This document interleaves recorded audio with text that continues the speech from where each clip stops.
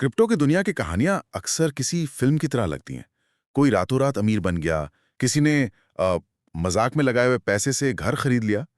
लेकिन हमारे हाथ जो स्रोत लगे हैं वो एक ऐसा आंकड़ा बताते हैं जिस पर सच कहूं तो यकीन करना मुश्किल है कि क्रिप्टो में निवेश करने वाले 10 में से 9 लोग अपना पैसा गंवा देते हैं। 90%।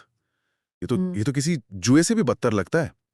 तो आज हम यही समझने की कोशिश करेंगे कि आखिर ऐसा हो क्यों रहा है। और दिलचस्प बात यह है कि हमारे स्रोत क्रिप्टो की तकनीक पर सवाल नहीं उठाते हैं। नहीं, वो इशारा करते हैं हमारी अपनी कुछ बहुत ही आम मानवीय कमजोरियों की तरफ। तो आज हम इन्हीं मनोवैज्ञानिक गलतियों की एक एक करके परतें खोलेंगे, ये समझने के लिए कि उन 90% और कामयाब 10% लोगों के बीच असल फर्क है कहां। बिल्कुल। ये जो 90% का आंकड़ा है, ये सिर्फ एक नंबर नहीं है। ये असल में एक कहानी कहता है। उन मनोवैज्ञानिक जालों की कहानी जिसमें निवेशक आप देखेंगे कि बार-बार फंसते हैं। बाजार तो सिर्फ एक मैदान है, असली खेल तो वो तो निवेशक के दिमाग के अंदर चल रहा होता है। आज की हमारी पूरी बातचीत का मकसद उन्हीं पैटर्न को पहचानना है, समझना है कि लोग कहाँ और क्यों फिसलते हैं। तो चलिए इस कहानी को शुरू से शुरू करते हैं। सबसे पहली और शायद सबसे बड़ी गलती जो सामने आती है वो है इस बाजार में घुसने का तरीका। बिना किसी तैयारी, बिना रिसर्च, बिना किसी ज्ञान के सीधे मैदान में कूद पड़ना। किसी दोस्त ने कह दिया कि मून कॉइन खरीद लो, ट्विटर पर किसी ने उसके आगे रॉकेट बना दिया, या किसी टेलीग्राम ग्रुप में सिग्नल आ गया और बस पैसा लग गया। और यहीं से पूरा खेल बिगड़ना शुरू हो जाता है, क्योंकि इसके पीछे की जो मानसिकता है वो इन्वेस्टमेंट वाली है ही नहीं। वो तो लॉटरी खरीदने वाला फंडा है कि शायद मेरा टिकट भी लग जाए, जबकि ये स्रोत साफ साफ कहते हैं कि क्रिप्टो किस्मत का खेल नहीं है। ये टेक्नोलॉजी, अर्थशास्त्र और इंसानी मनोविज्ञान का एक बहुत ही उलझावा मिश्रण है। बिना तैयारी के इसमें उतरना वैसा ही है जैसे आप बिना तैरना सीखे किसी तूफानी समुद्र में छलांग लगा दें। लेकिन कई बार लोगों को लगता है कि रिसर्च करने में बहुत टाइम लगेगा और तब तक तो रॉकेट उड़ चुका होगा। क्या ये बस एक अधीरता नहीं है कि सब कुछ अभी और इसी वक्त चाहिए? आपने बिल्कुल सही शब्द पकड़ा, अधीरता। असल में आज हम जिन भी गलतियों की बात करेंगे ना, उन सब की जड़ में कहीं ना कहीं यही अधीरता छिपी हुई है। ज्ञान के बिना कूदना अधीरता है। ये सोचना कि मैं कुछ ही हफ्तों में वो कमा लूंगा जो लोग सालों में कमाते हैं, बस यही तो सारी समस्याओं की शुरुआत है। ये एक एक्सपर्ट का गेम है और लोग इसमें एक नौसिखिए की तरह बिना किसी नियम को समझे बस जीतने की उम्मीद से उतर आते हैं। ठीक है, तो मान लीजिए कोई इसी तरह अधीरता में बाजार में आ गया, अब क्या होता है? यहीं पर वो मनोवैज्ञानिक जाल अपना काम करना शुरू करता है, जिसका जिक्र आपने किया था। यहाँ एक शब्द बार बार आता है, फोमो, यानी फियर ऑफ मिसिंग आउट। इसे एक उदाहरण से समझते हैं। मान लीजिए वही मून कॉइन एक हफ्ते में 300% ऊपर चला गया। आपके दोस्त उसके बारे में बात कर रहे हैं, सोशल मीडिया पर हर तरफ वही छाया हुआ है। आपके अंदर एक बेचैनी होने लगती है कि अरे सब पैसा बना रहे हैं और मैं पीछे रह गया। बस यही है फोमो। और इसका नतीजा अक्सर बहुत खतरनाक होता है। लोग उस सिक्के को तब खरीदते हैं जब वो अपनी सबसे ऊंची कीमत पर होता है। और फिर कहानी का दूसरा भाग शुरू होता है। जैसे ही बाजार थोड़ा सा भी नीचे गिरता है, वही फोमो अब डर में बदल जाता है। घबराहट में लोग सब कुछ बेच देते हैं, यानी सबसे निचले स्तर पर। तो क्या हुआ? आपने सबसे महंगा खरीदा और सबसे सस्ता बेचा। पैसा गंवाने का पक्का फॉर्मूला। बिल्कुल। और इसी के साथ एक और भावना काम करती है, लालच।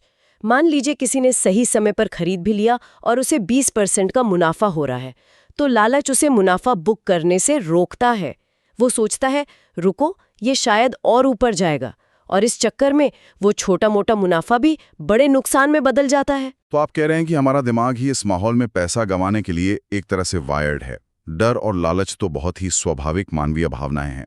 इनसे कोई कैसे बच सकता है? ये एक बहुत ही दिलचस्प सवाल है।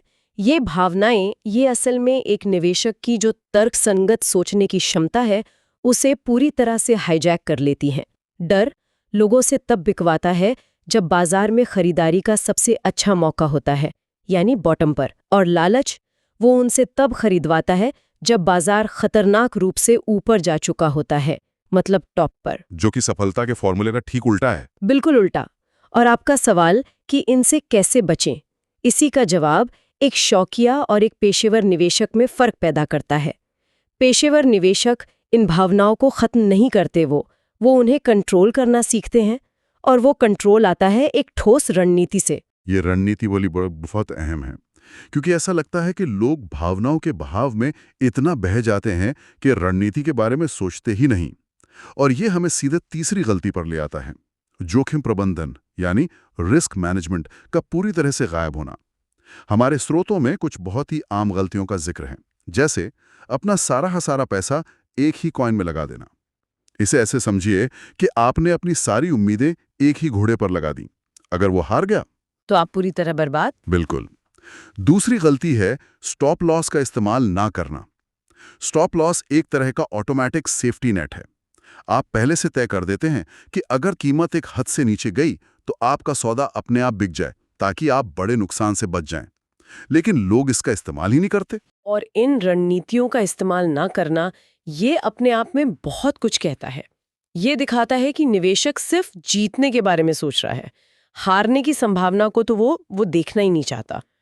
क्रिप्टो जैसे अस्थिर बाजार में, जहां कीमतें एक दिन में 30-40% ऊपर नीचे हो सकती हैं, वहां रिस्क को मैनेज करना कोई ऑप्शन नहीं है। ये जिंदा रहने की पहली शर्त है। एक स्रोत की लाइन मुझे बहुत अच्छी लगी, अगर आपने जोखिम का प्रबंधन नहीं किया तो नुकसान होना तय है, बस ये तय नहीं है कि कब और कितना बड़ा होगा। ये तो वैसे ही हुआ जैसे कोई बिना हेलमेट के 200 की रफ्तार से बाइक चला रहा हो। मजा शायद आए पर अंजाम लगभग तय है ना। बिल्कुल सही एनालॉजी है। स्टॉप लॉस आपका हेलमेट है। पोर्टफोलियो में विविधता लाना, यानी पैसे को अलग अलग प्रोजेक्ट्स में बांटना, वो आपकी इंश्योरेंस पॉलिसी है। ये चीजें आपको अमीर नहीं बनाती, लेकिन ये आपको गरीब होने से बचाती हैं, और बाजार में लंबे समय तक टिकने के लिए यही सबसे ज्यादा जरूरी है। तो हमने अब तक बात की कि लोग बिना सोचे समझे बाजार में आते हैं, फिर डर और लालच के जाल में फंसते हैं, और उनके पास नुकसान से बचने का कोई प्लान भी नहीं होता। इन सब में एक बात कॉमन है, भावनाओं पर कोई कंट्रोल नहीं। और यहीं पर एक प्रोफेशनल और एक शौकिया निवेशक के बीच का फर्क साफ हो जाता है।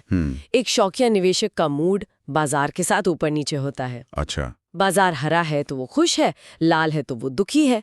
इसके उलट एक पेशेवर निवेशक अपनी पहले से बनाई हुई रणनीति पर चलता है, भावनाओं पर नहीं। उसे पता है कि कब घुसना है, कब निकलना है और कितना खतरा उठाना है। वो बाजार की नहीं सुनता, वो अपने सिस्टम की सुनता है।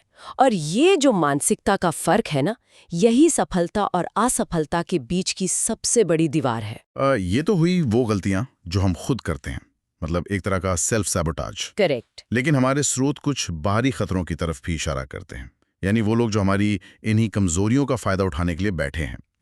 मेरा मतलब है घोटाले और झूठे वादे। इनमें कई तरह की चीजें आती हैं। ऐसी स्कीमें जो आपको गारंटीड रिटर्न यानी पक्के मुनाफे का वादा करती हैं, या नकली स्टेकिंग प्लेटफॉर्म जो हर महीने 20% मुनाफे का लालच देते हैं, या फिर ऐसे स्कैम टोकन जो दिखने में बहुत आकर्षक लगते हैं लेकिन असल में उनकी कोई वैल्यू नहीं होती। यहाँ एक सुनहरा नियम याद रखने जैसा है, अगर कोई भी बिना जोखिम के निश्चित मुनाफे का वादा कर रहा है तो वो 100% एक जाल है। वित्त की दुनिया में ऐसी कोई चीज ऐसी होती ही नहीं है। बिल्कुल नहीं। और अगर हम इसे अपनी पिछली चर्चा से जोड़कर देखें तो ये घोटाले उन्हीं मनोवैज्ञानिक कमजोरियों पर हमला करते हैं जिनकी हम बात कर रहे थे। ये धोखेबाज जानते हैं कि लोग लालची हैं, अधीर हैं और जल्दी पैसा बनाना चाहते हैं। बिल्कुल, कहो वही सपना बेचते हैं जो लोग खरीदना चाहते हैं। एक व्यक्ति जो रातों रात अमीर बनना चाहता है, वो गारंटीड रिटर्न के वादे पर बहुत आसानी से भरोसा कर लेता है, क्योंकि वो वही सुनना चाहता है। तो ये सिर्फ धोखेबाजों की चालाकी नहीं है, ये निवेशकों की अपनी कमजोरियों का भी नतीजा है। वो उस शॉर्टकट को खरीद रहे हैं जो असल में मौजूद ही नहीं है। और ये जल्दी पैसा बनाने की मानसिकता हमें हमारी आखिरी और शायद सबसे महत्वपूर्ण गलती पर ले आती है, छोटी अवधि की सोच रखना। ऐसा लगता है कि क्रिप्टो में हर कोई आज खरीदकर अगले हफ्ते करोड़पति बनना चाहता है, लेकिन हमारे स्रोत बताते हैं कि यही छोटी अवधि की ट्रेडिंग सबसे ज्यादा जोखिम भरी होती है। छोटी अवधि के लिए सोचते हैं तो आप निवेश नहीं कर रहे होते, आप सिर्फ कीमतों के उतार चढ़ाव पर दाव लगा रहे होते हैं। और इस खेल में बड़े बड़े संस्थानों और पेशेवर ट्रेडर से जीतना लगभग नामुमकिन है। यहीं पर धैर्य और अनुशासन का महत्व सामने आता है। ज्यादातर सफल निवेशक लंबी अवधि के लिए सोचते हैं। वो किसी प्रोजेक्ट की तकनीक, उसकी टीम और भविष्य में उसकी उपयोगिता को देखकर पैसा लगाते हैं, ना कि उसकी आज की कीमत को देखकर। तो इसका मतलब ये हुआ कि वे रोज-रोज की कीमतों के शोर से खुद को दूर रखते हैं। हाँ, काफी हद तक। ये लंबी अवधि की मानसिकता उन्हें बाजार के रोजमर्रा के भावनात्मक उतार चढ़ाव से बचाती है। अगर आज बाजार 20% नीचे भी गिर गया तो वो घबराते नहीं है। क्यों? क्योंकि उन्हें अपने निवेश पर भरोसा है जो 5 या 10 साल के नजरिए से किया गया है। वो जानते हैं कि अच्छी संपत्ति बनाने में समय लगता है और वो उस समय को देने के लिए तैयार रहते हैं। यही वो धैर्य है जो 90% लोगों में नहीं होता। तो अगर हम इस पूरी चर्चा को समेटें तो एक बहुत ही साफ तस्वीर उभर कर आती है। 90% लोग क्रिप्टो में पैसा इसलिए नहीं खोते कि ये क्रिप्टो खराब है। वो इसलिए खोते हैं क्योंकि उनके फैसले वो भावनाओं से चलते हैं, उनका ज्ञान अधूरा होता है, उनकी कोई रणनीति नहीं होती और उनकी उम्मीदें असलियत से कोसों दूर होती हैं। यह टेक्नोलॉजी की लड़ाई कम और ज्ञान, लालच, डर और धैर्य की लड़ाई ज्यादा है। आपने इसे बिल्कुल सही तरीके से सारांशित किया है, लेकिन मैं इसमें एक सकारात्मक बात जोड़ना चाहूंगी। अगर कोई निवेशक इन गलतियों को समझ लेता है और उनसे बचने पर काम करता है, मतलब सीखने पर, जोखिम को संभालने पर, भावनाओं को नियंत्रित करने पर और धैर्य रखने पर, तो वो खुद को उन 90% लोगों की भीड़ से अलग कर सकता है। रास्ता आसान नहीं है, पर नामुमकिन भी नहीं है। ये सिर्फ अपनी मानसिकता को एक जुआरी से एक निवेशक में बदलने की बात है।